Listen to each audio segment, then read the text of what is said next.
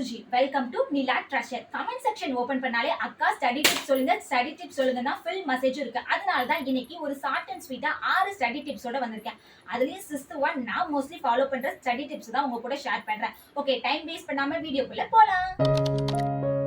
First tip என்னன்னா, break the study section into small. நம்ம இப்போ ஒரு நாளைக்கு எத்தனை டைம் சாப்பிடுறோம்? 3 டைம் சாப்பிடுறோம் அப்படிதானே? இப்போ நம்ம கையில வந்து ஒரு 10 சாக்லேட் இருக்கு. அத ஒரே டைம்ல சாப்பிட்டோம் அப்படின்னா கண்டிப்பா ஸ்டொமக் பெயின் வேணும். ஆனா அப்படி இல்லாம ஒவ்வொரு நாளைக்கும் ஒவ்வொரு சாக்லேட், இல்லனா மார்னிங் ஒரு சாக்லேட், ஆஃப்டர்நூன் ஒரு சாக்லேட், ஈவினிங் ஒரு சாக்லேட் சொல்லி டிவைட் பண்ணி சாப்பிட்டோம் அப்படின்னா நமக்கு சாப்பிட்டதுக்கான ஃபுல் சாட்டிஸ்ஃபேக்ஷனும் கிடைக்கும். மொத்தமா சாப்பிட்டு ஒரு ப்ராப்ளத்தை ஃபேஸ் பண்றதை விட இந்த மாதிரி டிவைட் பண்ணி சாப்பிட்டு ஒரு சாட்டிஸ்ஃபேக்ஷனை ஃபீல் பண்ணிக்கிறது ரொம்ப ஹெல்ப்ஃபுல்லாவே இருக்கும். இப்போ அதே மாதிரி தான் நீங்க வந்து இப்போ ஒரு நாளைக்கு காலையில 8 மணிக்கு எந்திரிக்கிறீங்கன்னு வைக்கோங்களேன். இப்போ மார்னிங் வந்து 10 to 1 o'clock வந்து மார்னிங் ஸ்டடி செக்ஷன், அதுக்கப்புறம் ஆஃப்டர்நூனுக்கு 4 to 5, நைட்டுக்கு வந்து 6 to 8, இல்லைன்னா உங்களுடைய டின்னரை முடிச்சுட்டு ஒரு 8:30 to 10:30 அந்த டைம்ல வந்து நீங்க படிக்கணும். அது வந்து படிக்கிற வேலையை மட்டும் தான் பார்க்கணும், வேற எந்த வேலையும் பார்க்கக்கூடாதுன்னு சொல்லிட்டு டைமை ஃபிக்ஸ் பண்ணி வச்சுக்கோங்க.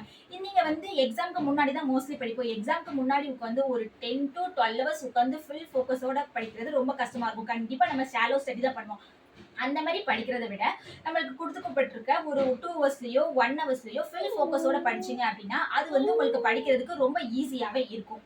செகண்ட் டிப் என்னன்னு சொல்லி பார்த்தீங்கன்னா, சேம் பிளேஸ் சேம் டைம். இப்போ நம்ம படிக்கிறதுக்கு இல்ல ஒரு ஃபோக்கஸா ஒரு விஷயத்த பண்றதுக்கோ நம்மள ஜீனியஸ் ஆக்கிறதுக்கோ நம்ம பிரெயினுக்கு ஒரு ஸ்விட்ச் தேவைப்படுது. அதாவது இப்போ இந்த விஷயத்த பண்ணணும் அப்படின்னா அதோட ஸ்விட்சை ஆன் பண்ணணும் அப்படின்னா ஒரு ட்ரிகர் பாயிண்ட் தேவைப்படுது. அந்த ட்ரிகர் பாயிண்ட் தான் இந்த ஸ்டடி பிளேஸ்.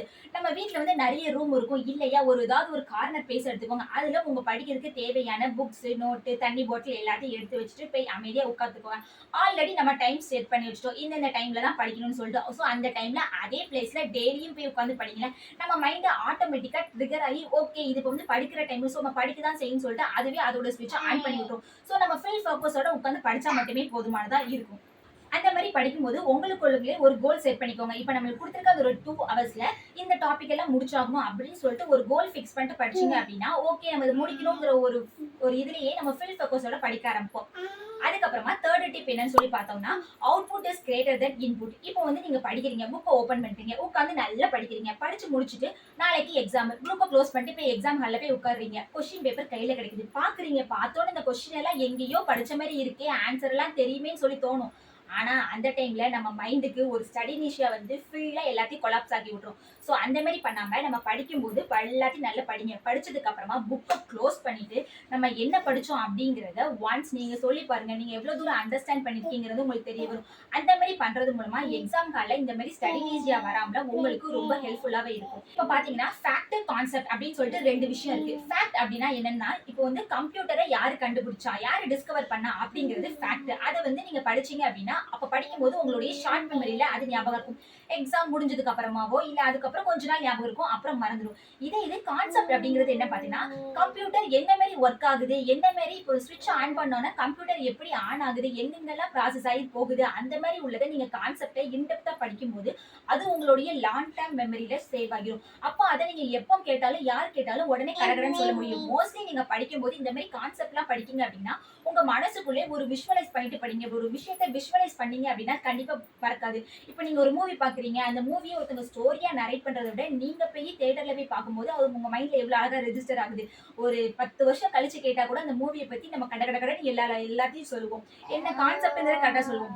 பேட் சொல்லாட்டாலும் what is the purpose of the மூவிங்கிறதாவது நமக்கு ஞாபகம் இருக்கும். ஸோ அதனால கான்செப்டை வந்து நம்ம படிக்கும் போதுல விஷுவலைஸ் பண்ணி படிச்சீங்க அப்படின்னா அது ரொம்ப யூஸ்ஃபுல்லாவே இருக்கக்கூடியதா இருக்கும். ஃபோர்த் டிப்ஸ் என்னன்னா, டேக் த நோட்ஸ். உங்களுடைய ஓன் வேர்ட்ஸ்ல தான் நோட்ஸ் எடுக்கணும். இப்போ நீங்க வந்து எக்ஸாம்க்கு உட்காந்து படிக்கிறீங்க, நாளைக்கு எக்ஸாம் அப்படின்னா ஃபுல் புக்கையும் வந்து ஒரு புக்ல வந்து இப்போ 650 பேஜ் இருக்கு, அதையும் உட்காந்து 4 நாளைக்கு முன்னாடியோ உட்காந்து படிக்கிறது ரொம்ப கஷ்டமா இருக்கும். இப்போ நீங்க காலேஜ் ஸ்டூடெண்ட்ஸா இருந்தா பிரச்சனை இல்லை, ஹெட்டிங்க மட்டும் பார்த்துட்டு போய் வாட் இஸ் த கண்டென்ட் சொல்லி நம்ம வந்து பக்கமா எழுத சொன்ன கூட எழுதிடலாம். ஆனா நீங்க ஸ்கூல் ஸ்டூடெண்ட்ஸாவோ இல்லைன்னா இந்த மாதிரி காம்படிட்டிவ் எக்ஸாமுக்கு நீங்க ப்ரிப்பேர் பண்றீங்க அப்படின்னா அது எல்லாமே ஒன் லைன்ல தான் இருக்கும். நீங்க கொஞ்சம் கான்செப்டை இன்டெப்தா படிச்சாதான் உங்களுக்கு ஈஸியா இருக்கும். ஸோ நீங்க எக்ஸாம்க்கு முன்னாடி நீங்க ஒரு குட்டியா உங்களுக்கு தெரிஞ்ச மாதிரி அண்டர்ஸ்டாண்ட் பண்ற மாதிரி ஹிண்ட் எடுத்து வச்சீங்கன்னா மட்டும்தான் உங்களுக்கு இந்த எக்ஸாமை வந்து கம்ப்ளீட் பண்றதுக்கு ரொம்ப யூஸ்ஃபுல்லாவே இருக்கும். எப்படி நோட்ஸ் எடுக்கணும் அப்படிங்கறத ஆல்ரெடி இந்த முந்தின 2 வீடியோவா நான் டிவைட் பண்ணி போட்டிருக்கேன்.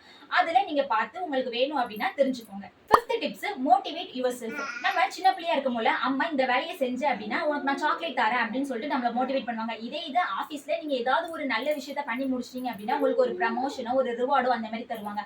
அதே மாதிரி தான் நம்ம வந்து ஒரு டாப்பிக்கை வந்து படிச்சு முடிச்சிட்டோம் அப்படின்னா நீங்களே உங்களுக்கு ஒரு ரிவார்டு, அந்த ரிவார்டு வந்து ஒரு குட்டி சாக்லேட்டா இருக்கலாம், ட்ரெஸ்ஸா இருக்கலாம், இல்லைன்னா ஒரு ட்ரிப்பா இருக்கலாம். அந்த மாதிரி எந்த மாதிரியாகவும் இருந்துக்கலாம். நீங்க வந்து ஒரு கோலை ஃபிக்ஸ் பண்ணி வச்சுக்கோங்க. அந்த கோல் வந்து 2 வகையா இருக்கணும். ஒன்னு வந்து லாங் டர்ம் கோல், இன்னொன்று ஷார்ட் டர்ம் கோல். ஒரு விஷயத்த வந்து ஷார்ட் டர்ம் கோல் அப்படின்னா இப்போ வந்து நீங்க இந்த ஒரு 10 நாள் வச்சிருக்கீங்கன்னு வச்சுக்கோங்க. இந்த 10 நாளுக்குள்ள வந்து ஒரு 2 யூனிட் முடிக்கணும், இல்லை ஒரு 5 யூனிட் முடிக்கணும் அப்படின்னு சொல்லிட்டு ஒரு இது பண்ணிட்டு அதுக்கப்புறம் உட்காந்து படிச்சீங்க அப்படின்னா ஓகே இந்த டைம் வருது நம்ம அதுக்குள்ள முடிக்கணும், நம்ம அச்சீவ் பண்ணணும் அப்படின்னு சொல்லிட்டு பண்ணும்போதுல அது வந்து நம்ம ரொம்ப மோட்டிவேட் பண்ணி நம்மளுக்கு படிக்கிறதுக்கு ரொம்ப ஹெல்ப்ஃபுல்லாகவே இருக்கக்கூடியது.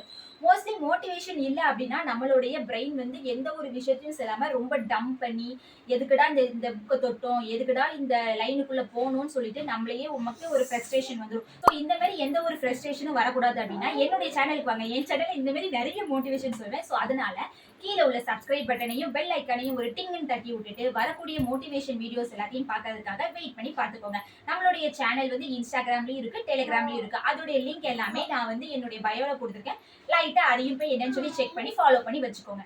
சிக்ஸ்த் டிப் என்னன்னு சொன்னீங்கன்னா நான் மோஸ்ட்லி ஃபாலோ பண்ற டிப் தான். ஒன்றும் இல்லை 3R அவ்வளவுதான். நான் என்ன பண்ணுவேன் அப்படின்னா ஃபர்ஸ்ட் போய் படிக்கிறதுக்கு சேம் பிளேஸ் சேம் பிளேஸ்ல உட்காருவேன். உட்கார்ந்தோட புக்கை ஓபன் பண்ணுவேன். என்ன இன்னைக்கு டாபிக்ங்கிறத நேரத்தையும் முடிவு பண்ணி வச்சுருவேன். அந்த டாப்பிக்கை ஜஸ்ட் ரீட் பண்ணுவேன். ரீட் பண்ணும்போதுல ஃபுல் கான்சென்ட்ரேஷனோட ஃபோக்கஸோட உட்காந்து ரீட் பண்ணுவேன். ரீட் பண்ணி முடிச்சதுக்கு அப்புறமா ஆல்ரெடி ரீட் பண்ணும் போதுல என்னென்ன ஹிண்ட்ங்கிறத அண்டர்லைன் பண்ணி வச்சுருவேன். புக்கை அதுக்கப்புறம் க்ளோஸ் பண்ணிடுவேன். க்ளோஸ் பண்ணிட்டு ரீகால் பண்ணி பார்ப்பேன். ஓகே இதுல என்ன இருக்கு யாது இருக்கு அப்படிங்கறத நான் படிச்சதை எனக்கு எவ்வளவு புரிஞ்சிருக்கோ அது வந்து நான் சொல்லி பார்த்து ரீகால் பண்ணிப்பேன்.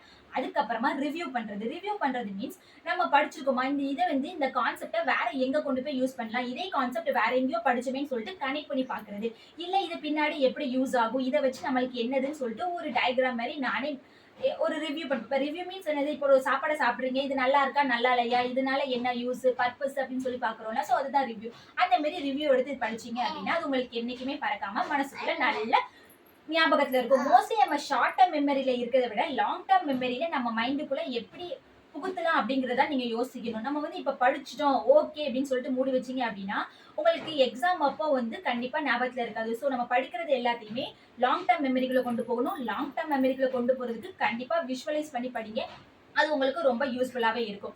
ஐ ஹோப் உங்களுக்கு இந்த வீடியோஸ் கொஞ்சமாவது யூஸ்ஃபுல்லா இருக்கும்னு சொல்லி நினைக்கிறேன். இன்னொரு வீடியோஸ்குள்ள பார்க்கலாம். அது வரைக்கும் ட்ரை யுவர் பெஸ்ட்.